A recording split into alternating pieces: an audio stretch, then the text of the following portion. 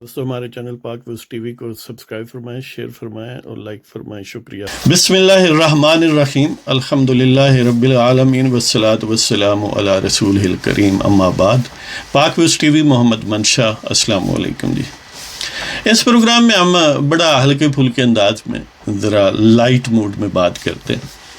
ویسے میں ہمیشہ لائٹ موڈ میں ہوتا ہوں. یہی لوگوں کو یعنی مجھ پر جو بے شمار اعتراضات ہیں یا مجھ میں بے شمار خامیاں، ان میں سے ایک خامی یہ بھی ہے کہ مجھ سے مسکرائے بغیر یا تھوڑا بہت ہنسے بغیر رہا نہیں جاتا.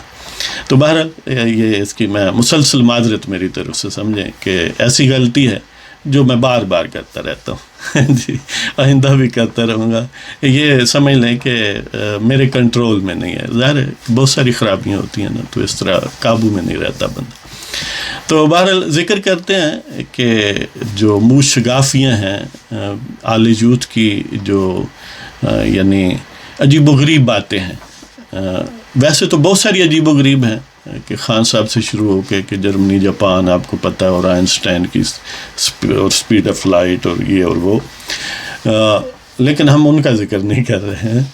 صرف ایک ویسے آپ نے دیکھا ہوگا کہ وہ ایک جو آل یوتھ کا نمائندہ ہے سوشل میڈیا پر، اور بڑی چیز اپنے آپ کو وہ ہے، تو وہ کہتا ہے کہ 61,000 میں سے یعنی 61,000 کم و بیش ہوئے ہیں ٹیسٹ، جن میں سے 5 لاکھ پازیٹیو نکلے.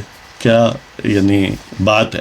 لیکن اس کا بھی میں ذکر نہیں کوئی خاص کرنا چاہتا. میرا مقصد ایک اور شخص کا ذکر کرنا ہے، وہ جیلم کا جو ہے نا، پی ٹی آئی کا، جو علماء پر عموماً پھبتیاں کستا ہے. اور ویسے تو اس نے پتہ نہیں خود کیا ہے یا کسی کو بٹھا کے BLLB کیا ہوا ہے. اور آپ کو پتہ ہے حامد خان جو سینئر وکیل ہیں، ان کے بقول وہ کیا کرتا رہا ہے، یعنی اس BLLB کا یوز کیا کرتا رہا ہے. لیکن سائنس اور ٹیکنالوجی اس کے ہتھے چڑھی ہوئی ہے، اور اس کو استعمال کرتے ہوئے آپ کو پتہ ہے کہ اس کا ایک مشغلہ ہے خاص طور پر علماء کے خلاف پھبتیاں کسنا، دیندار لوگوں کو یعنی ٹیس کرنا. یہ کوئی یعنی اس میں شاید شکاوت اس طرح کی ان کے جینز میں ہے کوئی کہ وہ دیندار لوگوں کے خلاف بڑی ال ول اور کینہ رکھتا ہے. لیکن اس کی سائنسدانی کا آپ نے سیمپل دیکھا ہوگا کہ ڈیجٹس ہیں چند، یعنی کروڑ یا لاکھ اس سے وہ پڑھے نہیں جا رہے. آپ نے وہ ویڈیو اس کی دیکھ لی ہوگی کہ ویسے سائنسدان ہے، آئنسٹائن سے بھی اوپر والی چیز ہے کوئی، اور علماء کی تصحیح کرتا ہے اور ماہر فلکیات بھی ہے، لیکن چند ڈیجٹس لکھے ہوئے ہیں وہ ان کو ملٹیپل ایفرٹس کے باوجود صحیح نہیں پڑھ سکتا. تو اس پر غور فرمائیں کہ یہ کیسے لوگ ہیں.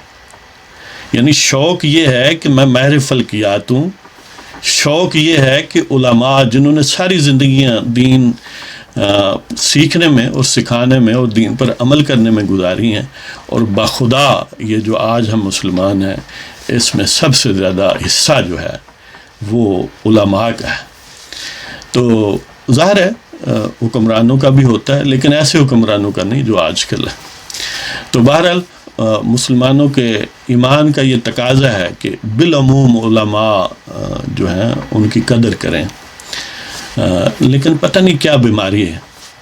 وہ اکبر الہ آبادی کہتا ہے نا کہ یوں ہی قتل میں بچوں کے وہ بدنام نہ ہوتا، افسوس کہ فرعون کو کالج کی نہ سوجی. وہ جس کالج کا ذکر کرتا تھا اس کے پروڈکٹ یہی لوگ ہیں، یہ جو چند ڈیجٹس پڑھنے نہیں آتے لیکن ہیں ماہر فلکیات، اور چاند کا فیصلہ وہ کرتے ہیں، علماء نہیں کر سکتے.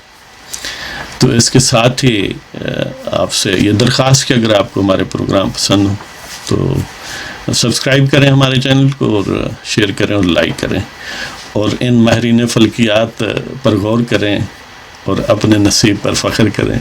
خدا حافظ.